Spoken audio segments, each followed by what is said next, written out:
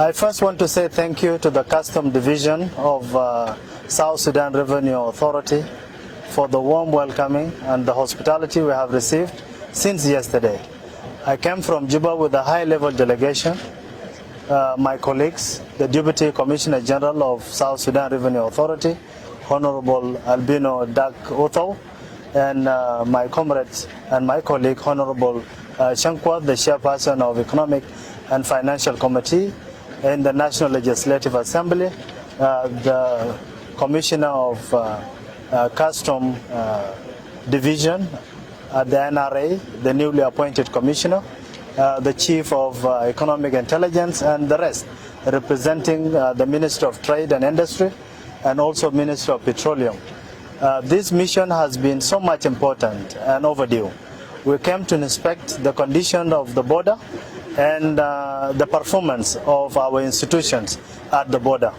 So this morning, and actually from yesterday, we had a meeting with the security organs that are operating at the border. We had have a very extensive discussion on their performance, the challenges, and what is required. And most of the issues and the challenges they raise revolve around mobility, lack of feeding, proper feeding, and also issues to do with the insecurity and facilitation. So we have committed to that, and we have pledged to support them with mobility and also provide essential communication materials. We then had 3 meetings this morning. We discussed a number of issues with the clearing agents, with the government institutions that are collecting here at the border, and then with the custom department. There were a lot of issues, and these issues are actually some of the problems that are causing high prices in the Juba, in all our markets across the country. There are so much collections at the border points, collections that are so much painful to the importers and even to the consumers. So I have bold decisions on a number of things, and we will have only 4 institutions at the border collecting taxes authorized by the law and the financial bill. So these institutions are Custom, the Ministry of Trade, the South Sudan Bureau of Standards, and the State Ministry of the Eastern Equatorial State Revenue Authority. They have a fee that they collect here. But the rest of the institutions, like the security organs who are collecting money, the CID, the other police organs like traffic police, and other institutions, we have closed them down. It is unnecessary to collect illegal fees, and this has caused us damage as a country. It has damaged our reputation. It has damaged the face of South Sudanese, and I think it is time to stop illegal collections. So we have demonstrated. There are also clearing agents that have their certificates expired. We have closed down their offices, over 51 collecting agencies, clearing agencies, and we are also working on making sure we verify their performance. If their performance is delaying the passage of vehicles to Juba, then we will have to seek for alternative.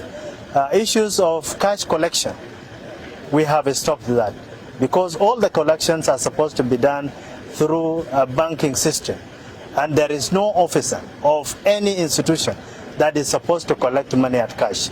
So we have banks at the border point, and all the institutions are supposed to deposit to those banks.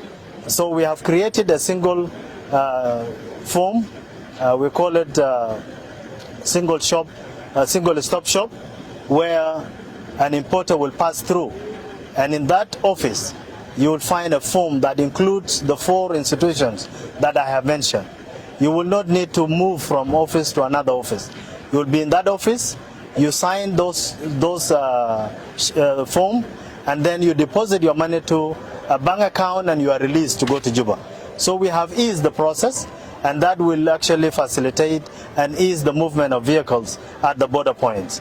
We have also confirmed the issue of custom conversion rates.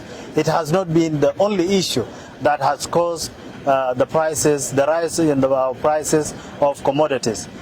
These illegal collections have been the major issue, and that has been a law passed, the increment from 90 per $1 to 300 SSP per $1 was passed by the parliament and sent it to law by the president.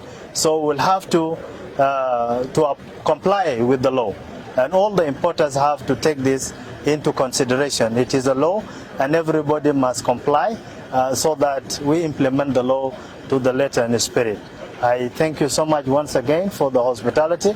I want to tell our citizens that we are working with you to protect your interests and make sure the prices are not exaggerated and increased without reasons. And that is why we are here, and we will still spend time to make sure everything is put in its rightful place. Thank you.